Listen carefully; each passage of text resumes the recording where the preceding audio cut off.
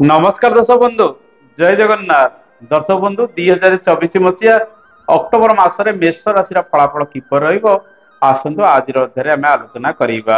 मास आरंभ रवि ग्रहंकर चलन आपणकर षष्ठ स्थान कन्या राशि रे रहिबो। अक्टोबर मास 17 तारिख ठारू रविंकर चलन आपणकर सप्तम स्थान तुला राशि रे रहिबो।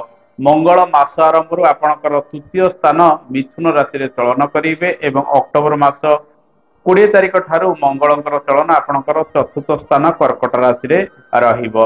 शुक्रंकर चलन मास आरंभ आपणकर सप्तम स्थान रे रहिबो एवं अक्टोबर मास 13 तारिख ठारू शुक्र आपणकर अष्टम स्थान रे चलन करिवे।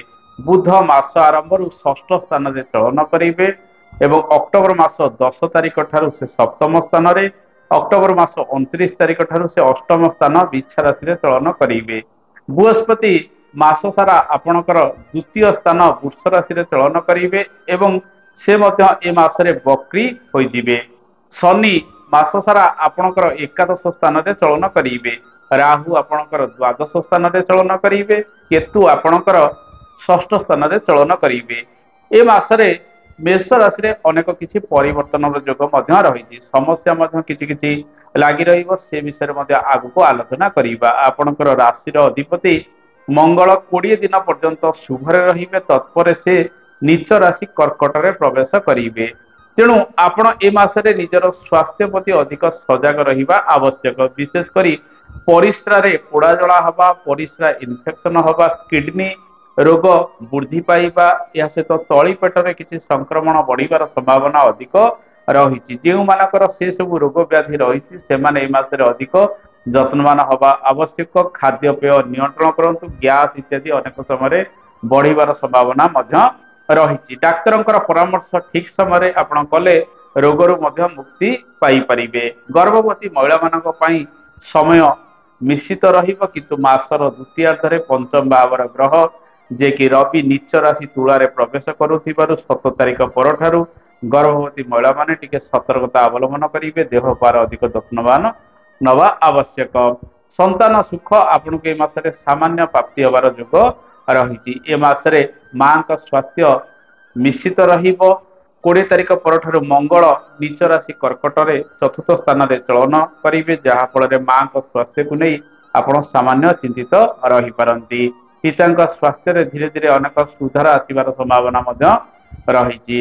दर्शक बंधु ए मासरे नूतन गर्भधारण करिया पई समय सेते अनुकूल आपणक राशि रे रहिबो नाही। बृहस्पतिंकर चलन आपणकर धन स्थान रे रहुछि। बृहस्पति मध्य बक्री ए मासरे होई जिवे।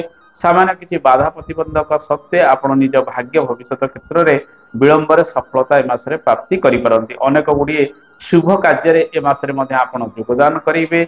या सहित दूर स्थान को यात्रार सुख मध्य आपण को ए मासरे मिलिबार संभावना रहिछि। दर्शक बंधु आपणक आर्थिक क्षेत्र किपर रहिबो, चाकरी कर्ममय जीवन व्यवसाय वाणिज्यर स्थिति किपर रहिबो आसंतु जानिबा रोजगार आपणकर किपरि रहिबो। शनिदेव आपणकर एकादश स्थान रे चलन करुचंती तेणु रोजगार जहा जेमिति पूर्व मासरे आसुतला ए मासरे मध्य सेमिति आसीबार संभावना रहिछि। धन संचय को अधिक गुरुत्व दियंतु। शुक्र जे कि आपणकर धन भावर ग्रह से 13 तारिख परठारु अष्टम स्थान रे चलन करिवे जहा फल रे मासर द्वितीयार्ध ठारू अपव्यय किछि बढ़िबार संभावना रहिछि। विभिन्न क्षेत्र रे प्रायतः खर्च बढ़िबो। प्रेममय जीवन रे किछि गुप्त संपर्क वृद्धि पाई सेतिरे मध्ये आपण खर्चांत होई परंती। शरीर को नै किछि खर्च वृद्धि मध्ये व्यय वृद्धि लागि रहिबार संभावना रहिछि। 13 तारिख परठारु शुक्रंकर चलन अष्टम स्थान रे रहुतिबारु आपण इंश्योरेंस सेक्टर रे अधिक पैसा गुडिक निवेश करंतु। भविष्यत पई आपणक जीवन रे एहा अनेक सफलता सुयोग मध्ये प्रदान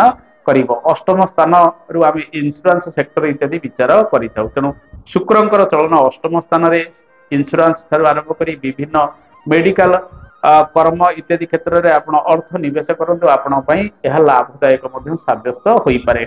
शेयर मार्केटिंग रे जे माने अर्थ लगाण करछन से माने पई मिसामिति शुभ फल गुडिक मिलिबो। 13-14 तारिख परठारु से टिके अधिक सतर्क रहिबे। छोट मोट निवेश करिवे। बड़ निवेश 13 तारिख परठारु करंतु नाही। धन संचय को अधिक गुरुत्व दियंतु। आय आपण पाखु भल आसिले मध्य मासरे प्रायतः धन संचय भल न होई पारे। दर्शक बंधु आसंतु जानिबा आपणकर क्यारियर ए मासरे किपरि रहिबो। कर्माधिपति शनि ଆପଣଙ୍କର ଏକାଦଶ ସ୍ଥାନରେ ଚଳନ କରୁଛନ୍ତି। ତେଣୁ କର୍ମ କ୍ଷେତ୍ରକୁ ନିୟନ୍ତ୍ରଣ କରିବେ ଶନିଦେବ ଏବଂ ବୃହସ୍ପତିଙ୍କର ପ୍ରଭାବ ମଧ୍ୟ ଆପଣଙ୍କର କର୍ମ ଭାବକୁ ପଡୁଥିବାରୁ କର୍ମ କ୍ଷେତ୍ରରେ ପ୍ରାୟତଃ ସ୍ଥିରତା ଲାଗି ରହିବ, କିନ୍ତୁ ଆପଣଙ୍କର ମନ ଏ ମାସରେ ସ୍ଥିର ରହିବ ନାହିଁ। ଆପଣ ଅନେକ ସମୟରେ ଅନ୍ୟମନସ୍କ ମଧ୍ୟ ହେବେ ପ୍ରତ୍ୟେକ କାର୍ଯ୍ୟ କରିବା ପାଇଁ। ସରକାରୀ କାର୍ଯ୍ୟରେ ଟିକେ ଚାପ ପରିଲକ୍ଷିତ କରିବେ 7 ତାରିଖ ପର ଠାରୁ। ଏବଂ ଏହି ସମୟରେ ଆପଣଙ୍କର ପାର୍ଟନରଙ୍କ ସହିତ ଉତ୍ତମ ସମ୍ବନ୍ଧ ଆପଣ ରଖିବା ପାଇଁ ଚେଷ୍ଟା କରନ୍ତୁ। 13 ତାରିଖ ପରଠାରୁ ପାର୍ଟନରଙ୍କ ସହିତ ମନମାଳିନ୍ୟ ମଧ୍ୟ କର୍ମ କ୍ଷେତ୍ରରେ ଉପୁଜିବାର ସମ୍ଭାବନା ରହିଛି। ଆପଣ ଏହି ସମୟରେ ବିଭିନ୍ନ କର୍ମ ଗୁଡିକ କରିବା ସହିତ ଯାନ୍ତ୍ରିକ କର୍ମରେ ଅଧିକ ସଫଳ ଏ ମାସରେ ହୋଇପାରନ୍ତି। ବ୍ୟାଙ୍କ, ଟିଚିଂ ଇତ୍ୟାଦି କ୍ଷେତ୍ରରେ ଆପଣଙ୍କର ସଫଳତା ହାର ମଧ୍ୟ ଅଧିକ ରହିବ। ଖେଳକୁଦ ଠାରୁ ଆରମ୍ଭ କରି ଲେଖାଲେଖି କାର୍ଯ୍ୟରେ ଆପଣ ସଫଳ ହେବେ।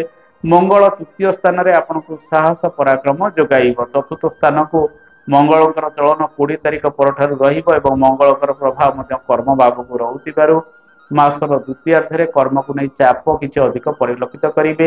ନୂତନ କାର୍ଯ୍ୟଭାର ପାଇଁ ଆପଣ ଦୂର ସ୍ଥାନକୁ ଯାତ୍ରା କରିବେ ଏବଂ ବିଦେଶରେ କିଛି କଷ୍ଟ ମଧ୍ୟ ଆପଣ ସମୟ ସମୟ ପାଇପାରନ୍ତି। ତେଣୁ କର୍ମ ଯଦି ପରିବର୍ତ୍ତନ କରିବା ପାଇଁ ଚାହୁଁଛନ୍ତି, ଚାକିରି ବାକିରି କ୍ଷେତ୍ରରେ କିଛି ନୂତନ ସୁଯୋଗ ପାଇବା ପାଇଁ ଚାହୁଁଛନ୍ତି, 16 ତାରିଖ ପର୍ଯ୍ୟନ୍ତ ସମୟ ଅନୁକୂଳ ରହିବ।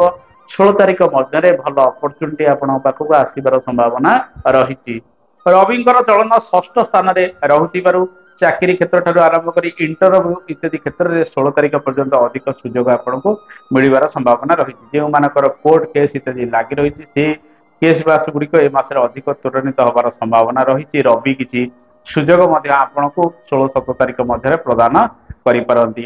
ଦର୍ଶକ ବନ୍ଧୁ, ଏ ମାସରେ ବ୍ୟବସାୟ ବାଣିଜ୍ୟରେ ସମୟ ସମୟ ଅସ୍ଥିରତା ଲାଗି ରହିବାର ସମ୍ଭାବନା ରହିଛି। ମାସର ପ୍ରଥମାର୍ଦ୍ଧଟି ବ୍ୟବସାୟ ବାଣିଜ୍ୟକୁ ନେଇ ଭଲ ଫଳ ପ୍ରଦାନ କରିବ। ମଙ୍ଗଳ ତୃତୀୟରେ ରହୁଛନ୍ତି, ଶୁକ୍ର ମାଲବ୍ୟ ନାମକ ରାଜଯୋଗ ସପ୍ତମ ସ୍ଥାନରେ ରହି ପ୍ରଦାନ କରିବେ। ପାର୍ଟନରସିପରେ ନୂତନ କ୍ୟାରିୟର ଗୁଡିକ ବ୍ୟବସାୟ ବାଣିଜ୍ୟରେ ଆପଣ ଆରମ୍ଭ କରିପାରନ୍ତି। ନୂଆ ନିବେଶ କିଛି ବ୍ୟବସାୟ ବାଣିଜ୍ୟରେ କରିପାରନ୍ତି। ବ୍ୟବସାୟ ବାଣିଜ୍ୟରୁ କିଛି ସୁଖ ଆପଣଙ୍କୁ 13-14 ତାରିଖ ମଧ୍ୟରେ ଅଧିକ ମିଳିବାର ସମ୍ଭାବନା ରହିଛି। ମାସର ଦ୍ୱିତୀୟାର୍ଦ୍ଧରେ ରବିଙ୍କର ଚଳନ ସପ୍ତମରେ ରହିବ। ରବି ସପ୍ତମ ସ୍ଥାନ ତୁଳ ରାଶିରେ ନିଚ ଫଳ ଗୁଡିକ ପ୍ରଦାନ କରିଥାନ୍ତି ଏବଂ ଶୁକ୍ର ମଧ୍ୟ ସପ୍ତମାଧିପତି ମାସର ଦ୍ୱିତୀୟାର୍ଦ୍ଧରେ ଅଶୁଭରେ ରହୁଥିବାରୁ ମାସର ଦ୍ୱିତୀୟାର୍ଦ୍ଧଟି ବ୍ୟବସାୟ ବାଣିଜ୍ୟକୁ ନେଇ ସମସ୍ୟା ବୃଦ୍ଧି କରିପାରେ।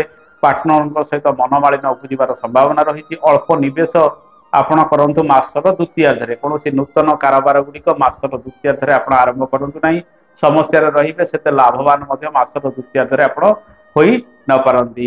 ଦର୍ଶକ ବନ୍ଧୁ, ଏ ମାସରେ କର୍ମ କ୍ଷେତ୍ରରେ ନିଶ୍ଚିତ ଶୁଭ ଫଳ ପ୍ରାପ୍ତି ହେବ। ଆର୍ଥିକ କ୍ଷେତ୍ରରେ ମଧ୍ୟ ନିଶ୍ଚିତ ଶୁଭ ଫଳ ଆପଣଙ୍କୁ ମିଳିବାର ସମ୍ଭାବନା ରହିଛି। ଜବ୍ ଯେଉଁମାନେ ପରିବର୍ତ୍ତନ କରିବା ପାଇଁ ଚାହୁଁଛନ୍ତି, ସେମାନେ ଏ ମାସରେ ଜବ୍ ଇତ୍ୟାଦି ପରିବର୍ତ୍ତନ କରିବେ 16 ତାରିଖ ମଧ୍ୟରେ। ଆସନ୍ତୁ ଜାଣିବା ବିଦ୍ୟାର୍ଥୀ ମାନଙ୍କ ପାଇଁ ସମୟ କିପରି ରହିବ। ବିଦ୍ୟାର୍ଥୀ ମାନେ ପାଠ ପଢାରେ ଆପଣ ଅନ୍ୟମନସ୍କ ହେବେ। କମ୍ପିଟେଟିଭ୍ ଏକ୍ଜାମ କ୍ଷେତ୍ରରେ ନିଶ୍ଚିତ ଶୁଭ ଫଳ ଆପଣଙ୍କୁ 16 ତାରିଖ ପର୍ଯ୍ୟନ୍ତ ମିଳିବ। 16 ତାରିଖ ପରଠାରୁ ଆପଣଙ୍କର ପଞ୍ଚମ ଭାବର ଗ୍ରହ ରବି ନିଚ ରାଶି ତୁଳ ରାଶିରେ ପ୍ରବେଶ କରିବେ। ଆପଣଙ୍କର ଆତ୍ମବିଶ୍ୱାସ ଟିକେ କମି ରହିବ। ଆପଣ ଅନ୍ୟମନସ୍କ ହେବେ। ସୋସିଆଲ ମିଡିଆରେ ସମୟ ଗୁଡିକ ଅଧିକ ଅତିବାହିତ କରିବେ, ଯାହା ଫଳରେ ପାଠ ପଢାରେ କିଛି ବ୍ୟାଘାତ ଉପୁଜିବାର ସମ୍ଭାବନା ରହିଛି। ଦର୍ଶକ ବନ୍ଧୁ, ଲଭ୍ ଲାଇଫ ର ସ୍ଥିତି କିପରି ରହିବ, ଆପଣଙ୍କର ଦାମ୍ପତ୍ୟ ଜୀବନ କିପରି ରହିବ, ପାରିବାରିକ ଜୀବନ କିପରି ରହିବ, ଆସନ୍ତୁ ସେ ବିଷୟରେ ଆଲୋଚନା କରିବା। ବୈବାହିକ ଜୀବନ ଯଦି ଦେଖିବା, ସପ୍ତମରେ ରବି ଶୁକ୍ରଙ୍କର ପ୍ରଭାବ ରହିବ। ମାସର ଦ୍ୱିତୀୟାର୍ଦ୍ଧରେ ଜୀବନ ସାଥୀଙ୍କ ସହିତ କିଛି ମନମାଳିନ୍ୟ ଉପୁଜିବାର ସମ୍ଭାବନା ରହିଛି ଏବଂ ଜୀବନ ସାଥୀଙ୍କର ସ୍ୱାସ୍ଥ୍ୟକୁ ନେଇ ଆପଣ ଚିନ୍ତିତ ରହିପାରନ୍ତି। ମାସର ପ୍ରଥମାର୍ଦ୍ଧରେ ଜୀବନ ସାଥୀଙ୍କ ସହିତ ଭଲ ସମୟ ଗୁଡିକ ଅତିବାହିତ କରିବେ। ତାଙ୍କ କଥା ଆପଣ ଶୁଣିବେ, ତାଙ୍କୁ ନେଇ କୌଣସି ଦୂର ସ୍ଥାନକୁ ଯାତ୍ରା କରିପାରନ୍ତି ଏବଂ ବୁଲାବୁଲିରେ ସମୟ ଅତିବାହିତ କରିବା ସହିତ ପରସ୍ପର ମଧ୍ୟରେ ଭଲ ବୁଝାମଣା ମଧ୍ୟ ରହିବ। ମାସର 13 ତାରିଖ ପରଠାରୁ ଦାମ୍ପତ୍ୟ ଜୀବନରେ କିଛି ତିକ୍ତତା ବୃଦ୍ଧି ପାଇପାରେ। କିଛି ଗୁପ୍ତ ସମ୍ପର୍କ ଯୋଗୁଁ ପରସ୍ପର ମଧ୍ୟରେ କିଛି ଫାଟ ମଧ୍ୟ ଉପୁଜିବାର ସମ୍ଭାବନା ରହିଛି। ପ୍ରେମମୟ ଜୀବନରେ ପ୍ରାୟତଃ ସମସ୍ୟା ଅଳ୍ପ ବହୁତ ଲାଗି ରହିବ ଏବଂ ପ୍ରେମିକ ଏବଂ ପ୍ରେମିକା ମାନେ ପ୍ରାୟତଃ 13-14 ତାରିଖ ପରଠାରୁ ସଜାଗ ଅଧିକ ରହିବା ଆବଶ୍ୟକ। କଥାବାର୍ତ୍ତାରେ ନିୟନ୍ତ୍ରଣ ରଖନ୍ତୁ, ବୁଝାମଣା ଭଲ ରଖନ୍ତୁ, ଗୁପ୍ତ ସମ୍ପର୍କ ଠାରୁ ଦୂରେଇ ରହିବା ଆବଶ୍ୟକ। ଦର୍ଶକ ବନ୍ଧୁ, ପାରିବାରିକ ଜୀବନ କିପରି ରହିବ, ଆସନ୍ତୁ ସେ ବିଷୟରେ ଆଲୋଚନା କରିବା। ପାରିବାରିକ ସୁଖ ସ୍ଥାନରେ 20 ତାରିଖ ଠାରୁ ମଙ୍ଗଳଙ୍କର ଚଳନ ରହିବ। ପାରିବାରିକ ଜୀବନ ଏ ମାସରେ ମିଶ୍ରିତ ରହିବ। ରାହୁ ମଙ୍ଗଳଙ୍କର ପ୍ରଭାବ ଯେହେତୁ ମାସର ଦ୍ୱିତୀୟାର୍ଦ୍ଧରେ ଆମେ ଯଦି ଦେଖିବା ଚତୁର୍ଥ ସ୍ଥାନକୁ ରହୁଛି, ତେଣୁ ମାସର ଦ୍ୱିତୀୟାର୍ଦ୍ଧରେ ମାଙ୍କୁ ନେଇ ଚିନ୍ତିତ ରହିବେ, ବନ୍ଧୁଙ୍କୁ ନେଇ ଚିନ୍ତିତ ରହିବେ। ଜମିବାଡି କାର୍ଯ୍ୟକୁ ନେଇ ଅଧିକ ସମସ୍ୟାରେ ଆପଣ ପଡିଯାଇ ପାରନ୍ତି। ଯେଉଁମାନେ ଯାନବାହନ ଇତ୍ୟାଦି କିଣାକିଣି କରିବା ପାଇଁ ଚାହୁଁଛନ୍ତି, ମାସ ଆରମ୍ଭରୁ 12-13 ତାରିଖ ପର୍ଯ୍ୟନ୍ତ शुभ समय रहुथिबारु जानवाहन आपण एई समय अधिक किणाकिणी करिया पई चेष्टा करंतु आपण पई समय अनुकूल रहिबो बुलाबुली करिया पई समय अनुकूल रहिबो घरर विभिन्न कार्य गुड़िक मासर प्रथमार्धରେ अधिक संपादित करिया पई चेष्टा करंतु दर्शक बंधु आपणकर भाग्याधिपति बृहस्पति अटंती से मासरे बकरी होइजिबे विलंब हो पछे परिशेष रे आपण निज कार्य सफलता पाइबे एवं धैर्य धरी प्रत्येक कार्य मासरे करिबा आवश्यक दर्शक बंधु आसतु जानिबा ए मासरे किं किं प्रतिकार गुड़िक करिवे जेहेतु किछि ग्रह अशुभ रे रहउछथि आपण महादेवकर उपासना शुक्रवार दिन एवं शनिवार दिन नियमित भाव में करंतु एवं गो माता को प्रत्येक शुक्रवार दिन अरुआ चाउल सहित चीनी मिसाई से किसी गुआ घी मिसाई गोलाई दिंतु गोटे थाली रे एवं गोमाता को खाइबा दिंतु सुख समृद्धि वृद्धि पाइब श्री सूक्तम टिके घरे पाठ करंतु ता सहित लक्ष्मी माँ उपासना करने सहित सूर्य उपासना ए मासरे अधिक रु अधिक करंतु संक्रांति दिन किंबा शुक्ल पक्षर रविवार दिन आपण ग्रह विप्र को आपणकर सक्षम अनुଯାୟୀ गुड़ सहित गहम दान दे दिंतु मासर द्वितीयार्धରେ मंगल अशुभ रहुथिबारु सुंदराकांड प्रत्येक दिन पाठ करंतु दर्शक बंधु ए तो थिला मेष राशि फलाफल आशा करे कार्यक्रमटी आपको भल लगी कार्यक्रम संपर्क में मतामत देवे आज तो समय ही जाइए आज एतिकी नमस्कार जय जगन्नाथ धन्यवाद।